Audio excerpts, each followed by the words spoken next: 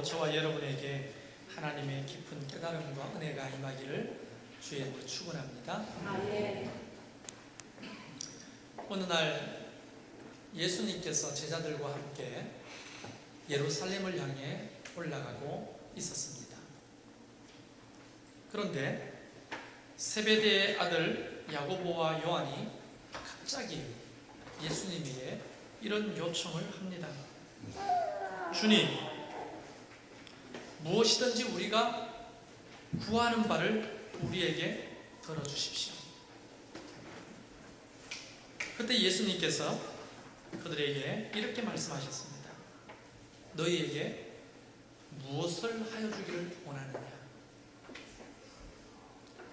그때 또 두 명의 제자들이 주의 영광 중에서 우리를 하나는 주의 우편에 하나는 좌편에 앉게 하여 주옵소서. 그때 예수님께서 또 그들에게 너희가 구하는 것을 알지 못하는도다. 내가 마시는 잔을 너희가 마실 수 있으며 내가 받은 세례를 너희가 받을 수 있겠느냐? 이렇게 질문하니까 그 철없는 제자들이 네, 다 마실 수 있고 할 수 있습니다. 이렇게 말을 했습니다.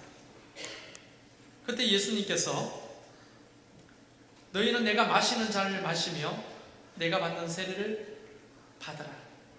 내 좌우편에 앉는 것은 내가 줄 것이 아니라 누구를 위하여 준비되었던지 그들이 얻을 것입니다. 여러분, 이 대화를 알아듣겠습니까? 무슨 얘기가 오고 가는지 못 알아듣겠죠? 여러분, 무시하는 게 아니고 못 알아듣겠잖아요. 예수님 지금 무슨 말씀을 하시는지, 제자들은 뭘 원하는지 지금 전혀 초점이 안 맞는 얘기를 주고받고 있는 겁니다.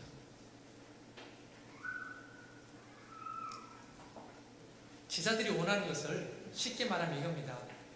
주님 왕이 되시면요, 저희들을 우의정, 자의정 한 자리씩 주십시오.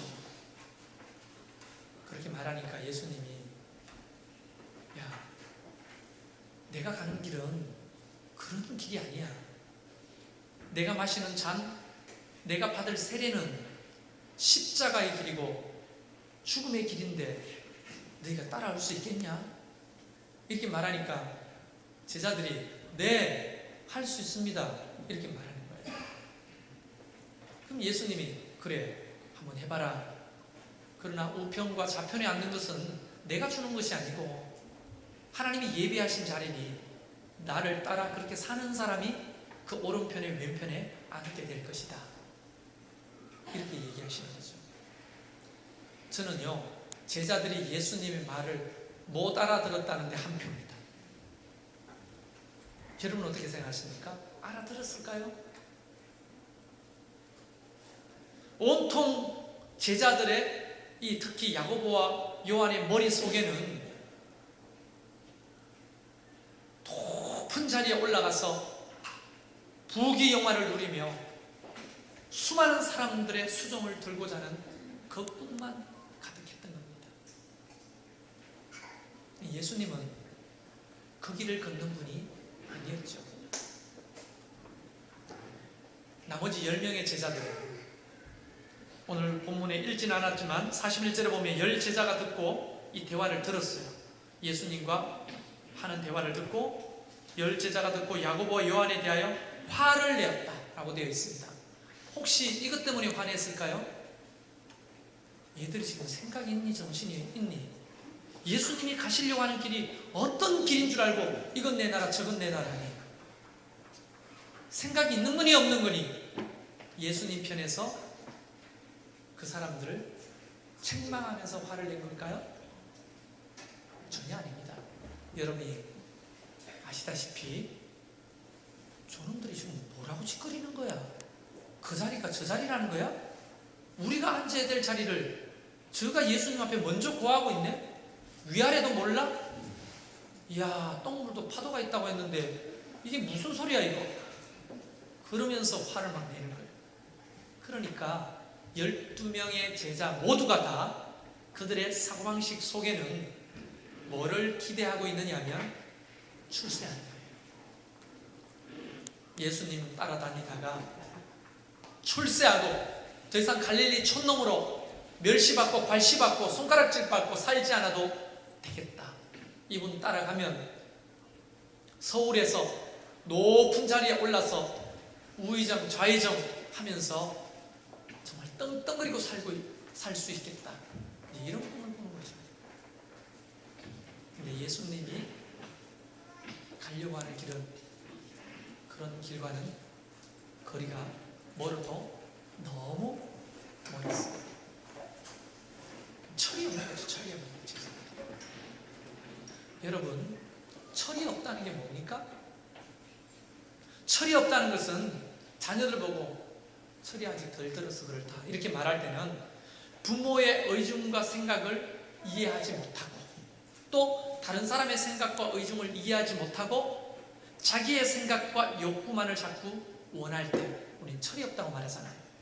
반대로 철이 들었다고 말할 때는 이런 거죠.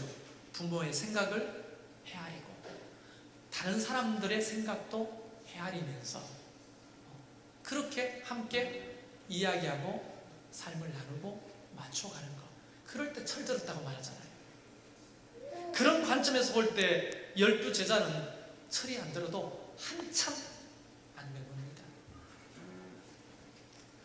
이걸 다른 말로 좀 한번 비유로 설명해 볼까요? 여러분이 만약에 가게를 한다고 생각해 봅시다. 그래서 일할 알바생들을 모집했어요. 알바생들을 모집했는데 한 3일 정도 일하고 이렇게 자꾸 사장님한테 말합니다. 우리한테 사장님 월급 언제 줘요? 시급이 얼마였다고 했죠? 언제 주는 거예요? 월급 외에 다른 건 없나요? 3일 일하고 사장님 대신 여러분한테 종업원들이 자꾸 그걸 묻고 바라면 여러분 기분이 어떨까요? 하고 싶은 대로 얘기해 보세요. 기분이 어떨까요? 그 말을 하세요. 그런 기분이겠죠. 여러분 이게 제자들의 모습일까요? 다시 말하면 예수님이 뭐 때문에 이 땅에 오셨는지 또 예수님이 가려고 하는 길이 어떤 길인지 그분이 가지고 있는 핵심 가치와 사상은 뭔지 전혀 상관없이 그저 자기들이 원하는 바, 원하는 꿈, 원하는 소원만 그냥 주님 앞에 자꾸만 요구하는 거죠.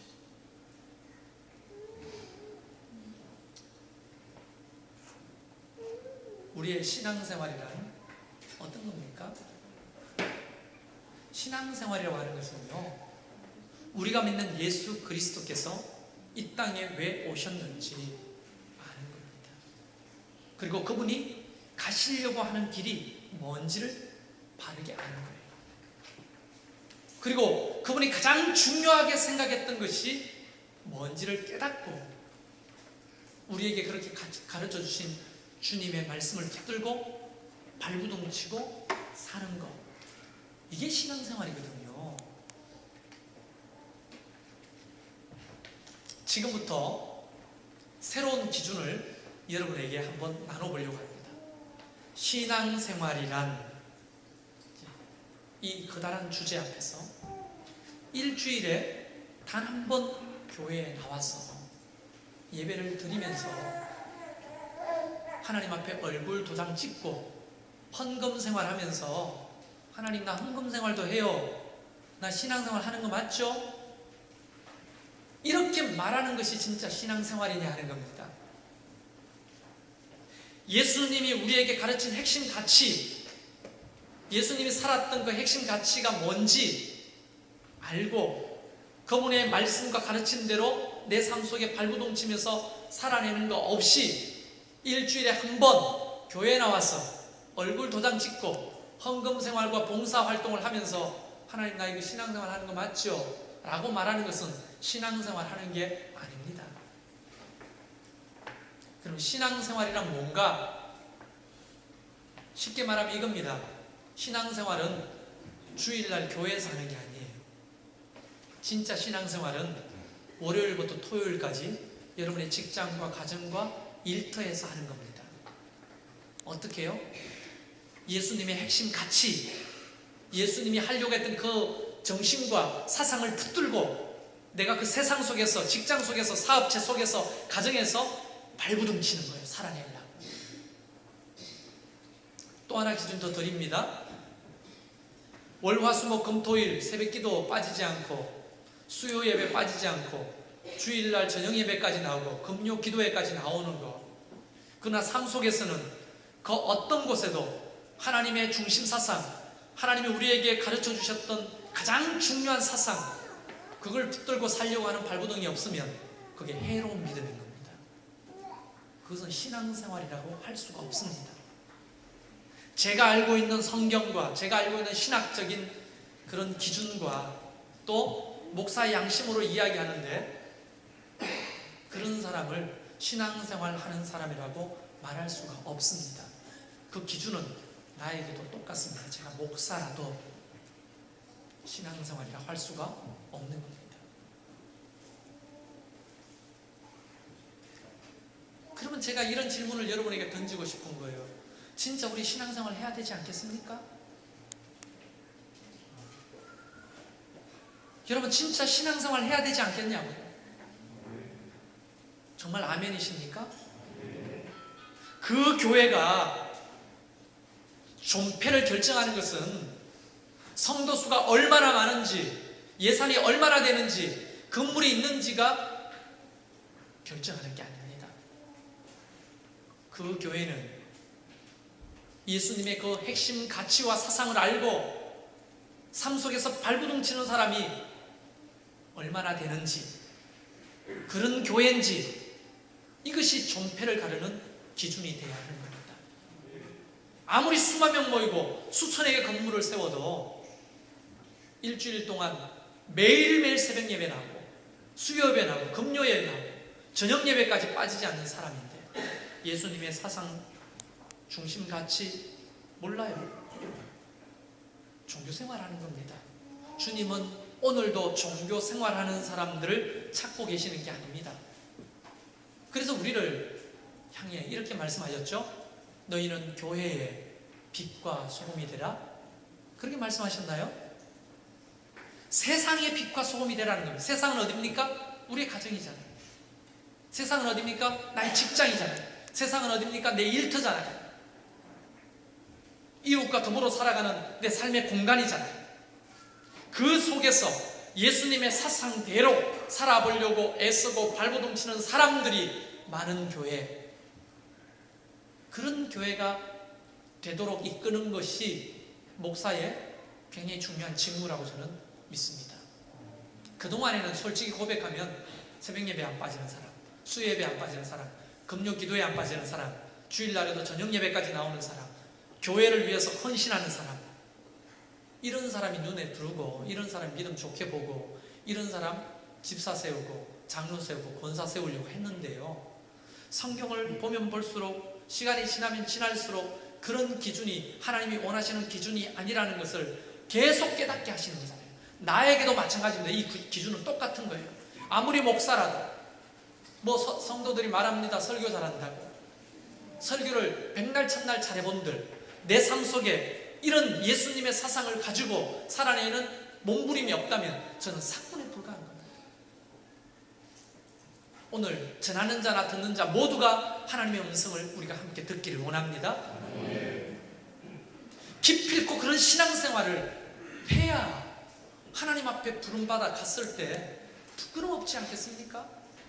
하나님, 나 교회에서 이런 충성과 봉사를 했어요. 그래, 참 작은 일에 충성했구나.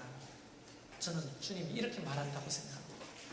하나님, 나는 세상에서 예수님의 핵심 가치를 붙들고 힘들지만 핍박받아가며 몸부림쳤습니다. 세상 사람들이 다 저것이 옳다고 할 때 나는 주님의 사상이 옳다고 생각하고 그렇게 살았습니다.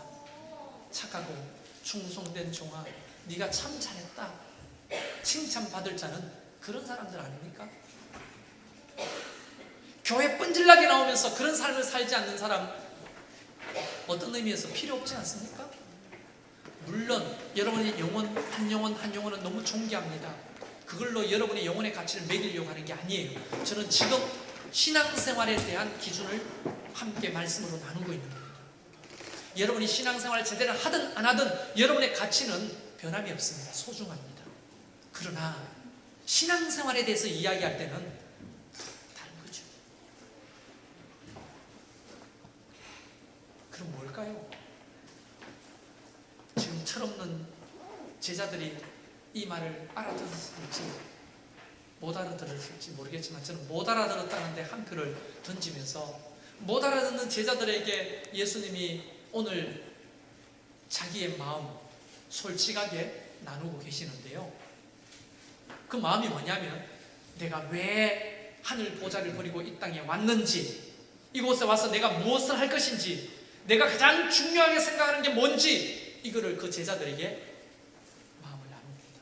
못 알아듣는 마음을 나누는 거죠. 오늘 하나님의 말씀을 읽는 저와 여러분에게도 이 마음을 하나님이 나누시잖아요. 그게 뭘까요? 45절에 인자에 온 것은 섬김을 받으려 함이 아니라 도리어 섬기려 하고 자기 목숨을 많은 사람의 대속물로 주려 함이니라. 이게 예수님이 이 땅에 오신 목적이고 핵심 사상이고 핵심 가치입니다. 중요한 단어 하나가 나와 있죠. 뭐죠? 섬김입니다. 한번 따라해 보실까요? 섬김. 여러분, 섬김이 뭔지 아십니까? 섬김은 제가 지난 수요 예배 때 오신 분들한테 상세하게 설명을 했는데요, 어떤 집사님이 그러더라고요. 이거 주일날 한 번 더 설명해 주시면 좋겠다. 그래서 그렇게 말씀하신 집사님의 말씀이 하나님의 음성으로 들렸어요. 아, 이걸 모든 교인들하고 나눠야 되겠다는 생각이 들어서 나누는 겁니다. 섬김이 뭔지 아십니까?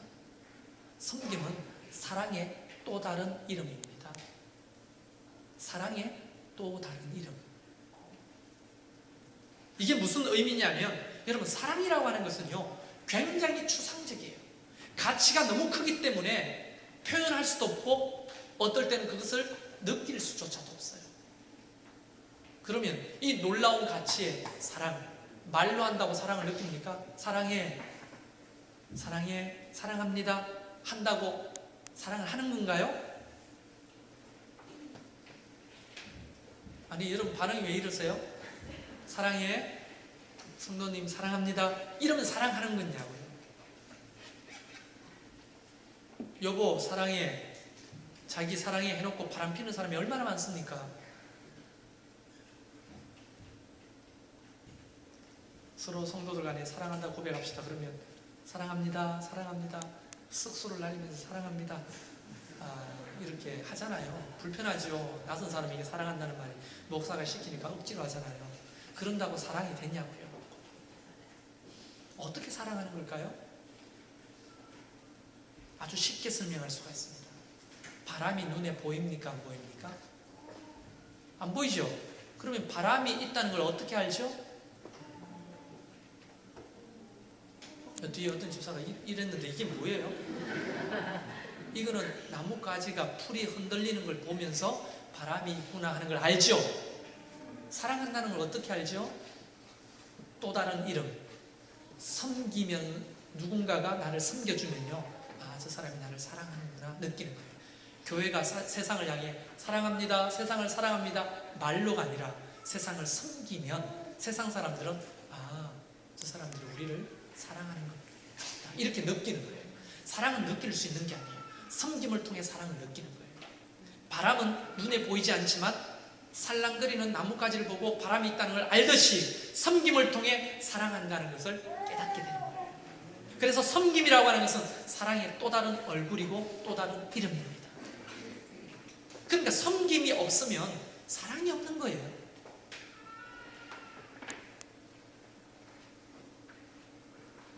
이게 바로 예수님의 핵심 가치입니다. 그러나 제자들은 뭘 원했죠? 높은 자리에서 섬김을 받고 싶은 거죠. 그렇죠. 권력을 얻으면 수많은 사람들의 수종을 받으면서 섬김을 받잖아요. 그러나 주님은 하늘 보좌를 버리시고 이 땅에 오신 것을 성육신이라고 말하잖아요. 그 성육신의 삶은 낮은 자리로 내려가는 삶이었고, 섬김을 받으려고 내가 온 것이 아니라 도리어 섬기러 왔는데, 어떻게 섬겨요? 많은 사람들에게 내 몸을, 생명을 내어주는, 대속물로 내어주는 그 삶을 살기 위해서 왔다. 제자들이란, 아니 하나님의 백성, 성도들이란 뭐 하는 사람들이냐? 예수님의 그 섬김의 도를 삶 속에서 실천하는 거예요. 그 사랑을 실천하는 거예요. 그러니까 너희는 세상의 빛과 소금이 되라는 말을 풀어 말하면 너희는 세상을 섬기는 자가 되라는 거예요. 너희 중에 누구든지 크고자 하는 자는 너희를 섬기는 자가 되고, 너희 중에 누구든지 어뜸이 되고자 하는 자는 모든 사람의 종이 되어야 하리라. 제자는 자꾸만 높이 올라가려고 하고 섬김을 받으려고 하고 주인이 되려고 하는 삶을 꿈꾸고 있습니다. 그러나 주님은 계속 내려가시고 섬기고 목숨까지 바치려는 삶을 삽니다. 이걸 동상이몽이라고 하죠. 전혀 다른 삶을 사는 거예요. 이게 우리의 모습이 아닙니까? 혹시 신앙생활을 하는데, 신앙생활이라고 하는데 전혀 이런 삶의 섬김의 도가 보이지 않는다면, 아니 지금은 못하더라도 방향성은 잡아야죠. 아, 이게 신앙이니까 내가 섬겨야 되겠다, 사랑해야 되겠다. 다른 말로 사랑 빼고 섬김 빼고 기독교에 뭘 얘기할 수 있습니까? 복음이라는 말에 사랑을 빼보면 무엇을 이야기할 수가 있습니까? 부처님의 중심 사상은 뭐죠? 네? 부처님의 중심 사상이 뭐죠? 보살님들 많이 와 계시네요. 예수님의 중심 사상은 뭐죠?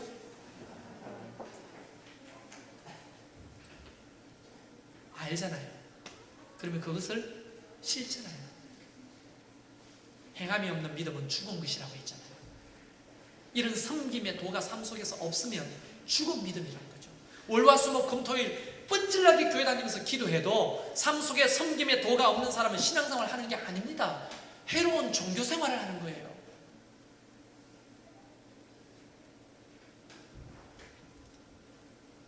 그러면서 예수님께서 한 예를 드십니다.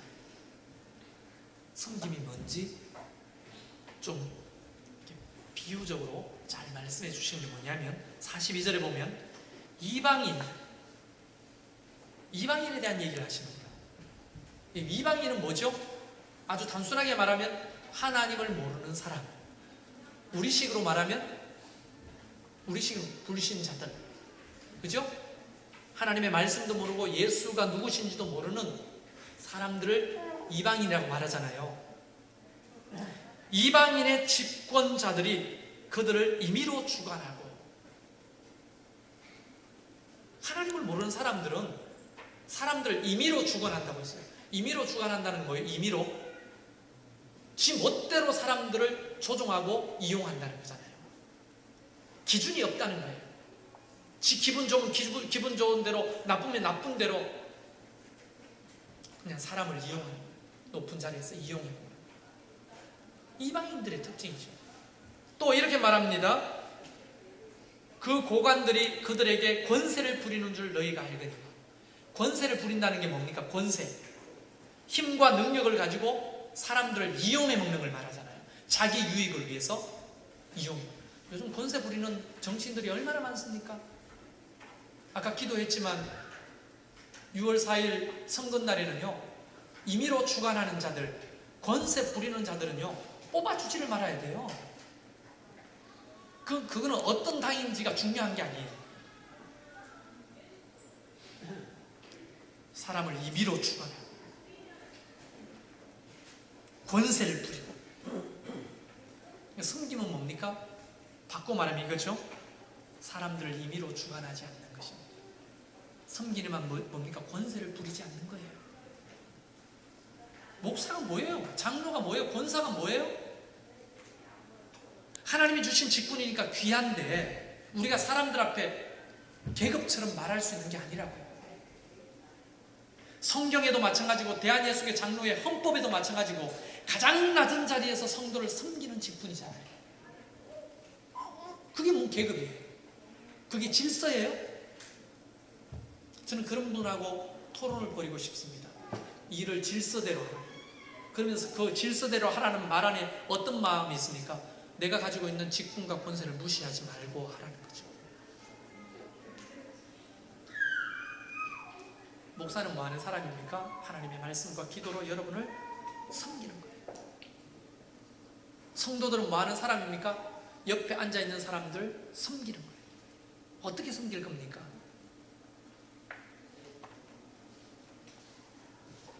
임의로 주관하지 말아야 됩니다. 사람. 저는요, 저희 아내나 아이들을요, 임의로 주관하는 아버지였고 남편이었어요. 저는 어떤 사람이냐면 성도들에게 권세를 부리는 목사였어요. 이방인들이 하는 짓을 내가 한 거죠. 우리는 섬겨야 합니다. 그 교회 2.0 버전은 어떤 교회여야 합니까?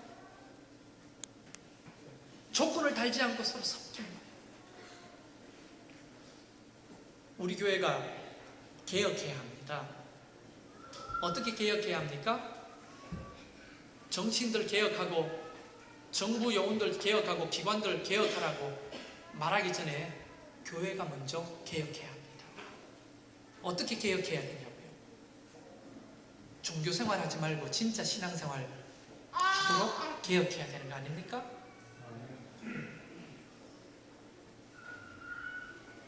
다른 교회가 마찬가지예요. 하늘 아래 모든 하나님이 주인 되신 교회 안에서는요, 그 교회 기준이 아니라 모든 교회 기준이 돼요. 서로 섬기는 자가 되십시오. 조건 없이.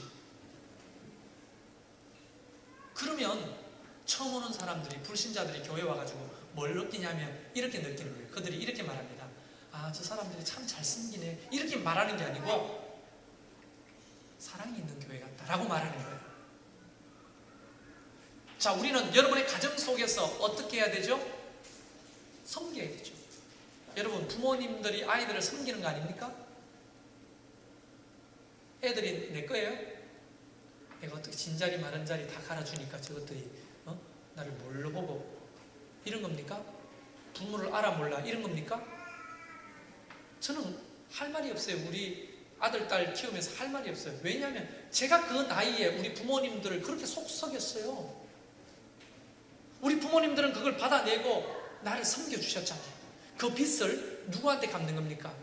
자녀에게 갚는 겁니다. 뭘 거기다가 부모가 당연히 해야 될 일을 가지고 생색을 냅니까? 사실은. 근데 저는 우리 집 사람이 저보고 뭐라고 하냐면 생색 대마왕이라고 하거든요. 설거지 한번 해줘놓고 생색 내고, 애 뭐 좀 힘든 거 하면 해줘놓고 생색 내고. 근데 사실 돌아보면요, 당연한 거죠. 부모가 섬기는 거예요. 부부가 서로 섬기는 거 아닙니까? 누군가가 누구를 일방적으로 섬기는 게 아니고 섬기는 거 아닙니까? 저 부부 싸움 많이 했습니다. 어제도 하고 왔어요. 그런데 그 이유가 뭐냐면 이겁니다. 일방적으로 섬기라는 거죠. 임의로 주관하는 거죠. 내가. 그래서 싸우다가 말 안 되면 오빠한테, 내가 3살 많거든요. 오빠한테 위아래도 모르는 게, 아니 부부시간에 위아래가 어디 있어요? 그러다가 또 말빨이 딸리잖아요. 남자들이 설교는 잘해도 싸움할 때는 이상 말빨이 안 딸려요. 그거 잘 안 되더라고요. 그래가지고 뭐라고 말합니까? 어디 목사한테, 또 목사를 들먹입니다.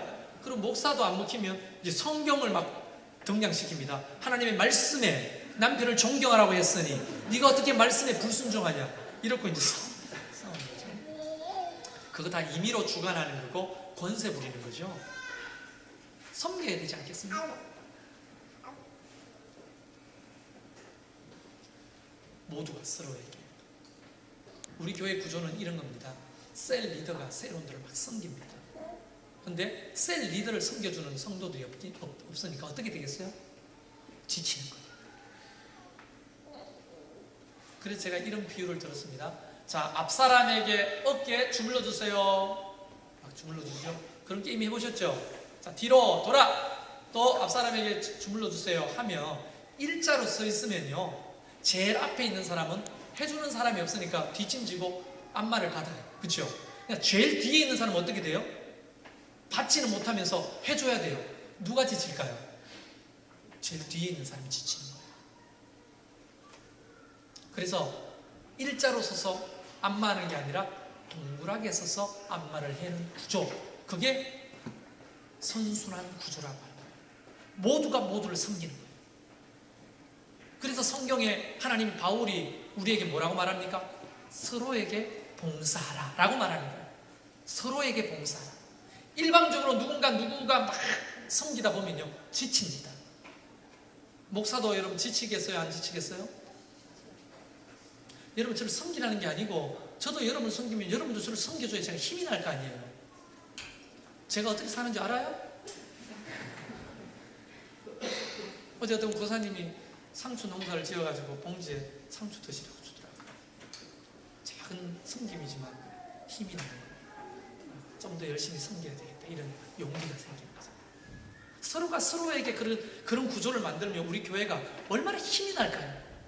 안 그래요? 근데 우리는 20%만 냅다 섬기고 80%는 섬김을 받는 자리에 있는 거죠. 누군가가 여러분 청소했기 때문에 깨끗한 장소에서 예배 드리잖아요. 오셔서 청소해 보셨나요? 혹시?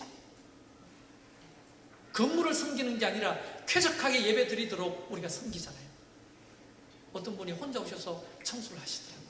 매주마다 보는 광경입니다. 혼자 아니면 둘, 많으면 셋. 그게 섬김의 구조가 잘못되어 있는 거죠. 모두가 모두에게 섬기는 겁니다. 또 우리는 누구를 섬겨야 합니까? 세상 속에서 섬겨야죠. 여러분의 직장 속에서, 일터에서 섬겨야죠. 여러분,